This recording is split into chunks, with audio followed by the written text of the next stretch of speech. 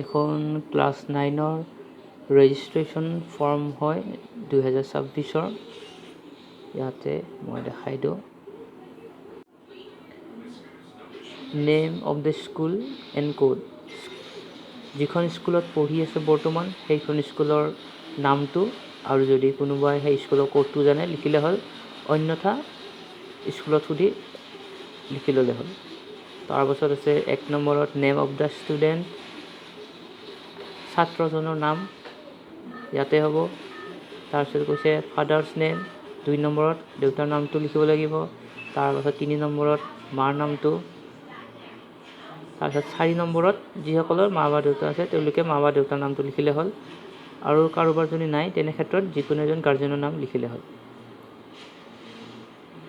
তাৰপাছত 5 নম্বৰত ছাত্ৰজনে লাষ্ট কোনখন স্কুলত পঢ়িছিল সেই স্কুলখনৰ নাম যদি আছে। তাৰপিছত এলিমেণ্টেৰী এডুকেশ্যন ID, এইটো যিহেতু নাই, বহুতৰ নাই, এইটো এমটি ৰাখিলে হ'ল, খালী ৰাখিলে হ'ল। তাৰপাছত 7 নম্বৰত শিক্ষাৰ্থীৰ নিজৰ আধাৰ নম্বৰ নাইবা পেৰেণ্টছৰ হ'লে হ'ল। তাৰপাছত 8 নম্বৰটো নাই, এইটো এমটি ৰাখিলে হ'ল। 9 নম্বৰটো এমটি ৰাখিলে হ'ল। তাৰপিছত 10 নম্বৰটো এমটি ৰাখিলে হ'ল। তাৰপিছত 11 নম্বৰটো মেল হ'লে মেল, ফিমেল হ'লে ফিমেল দিলে হ'ল। তাৰপিছত কাষ্ট, কি কাষ্টৰ হয় তাতে টিক মাৰি দিলে হ'ল। তাৰপিছত কোনোবা যদি হেণ্ডিকেপ্ট হয় তেনে ক্ষেত্ৰত য়েছ কৰিব, আৰু যদি হেণ্ডিকেপ্ট নহয় তেন্তে ন' কৰিব। আৰু যিসকল হেণ্ডিকেপ্ট হয় তেওঁলোকৰ যদি চকুৰ ক্ষেত্ৰত হেণ্ডিকেপ্ট তেন্তে ভিজুৱেলত ক্লিক কৰিব। যদি শুনা পোৱাত বা কথা কোৱাত প্ৰব্লেম তেনে ক্ষেত্ৰত দ্বিতীয়টো এনেকৈ আছে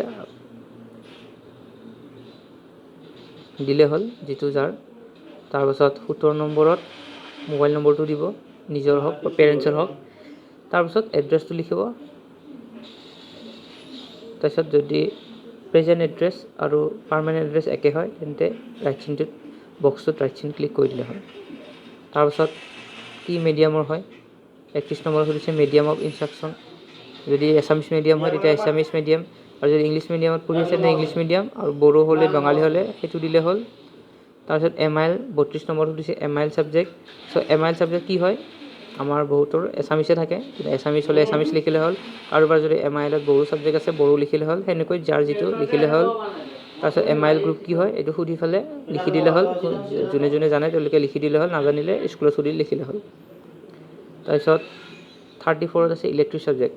ইলেক্ট্ৰিক ছাবজেক্ট কি লৈছে সেইটো লিখিলে হ'ল, হিন্দী লৈছে, সংস্কৃত লৈছে, কি লৈছে সেইটো লিখিলে হ'ল।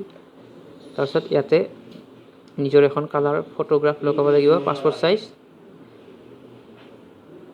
বেকগ্ৰাউণ্ডটো হোৱাইট হ'ব লাগিব। ইয়াতে পাছপৰ্ট ফটোখনৰ বেকগ্ৰাউণ্ড যেতিয়া পাছপৰ্ট ফটো তুলিব তেতিয়া বেকগ্ৰাউণ্ডটো হোৱাইট কালাৰ ল'ব লাগিব, আৰু জোখটো দিয়া আছে কিমান 3 চেণ্টিমিটাৰ এণ্ড 4 চেণ্টিমিটাৰ ইয়াত দিয়া আছে।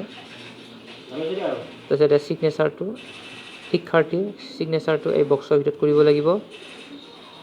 ব্লেক কলমেদি কৰিব লাগিব, ক'লা কলমেৰে। আৰু একেবাৰে শেষত ছিগনেচাৰ অফ পেৰেণ্টছ গাৰ্জেন, মা বা দেউতাৰ চহী নাইবা যিকোনো এজন গাৰ্জেনৰ চহী। যোনে মা দেউতাৰ আছে তেওঁলোকে পেৰেণ্টছৰ চহী দিলে হ'ল, আৰু যাৰ নাই তেওঁলোকে যিকোনো এজন গাৰ্জেনৰ দিলে হ'ল।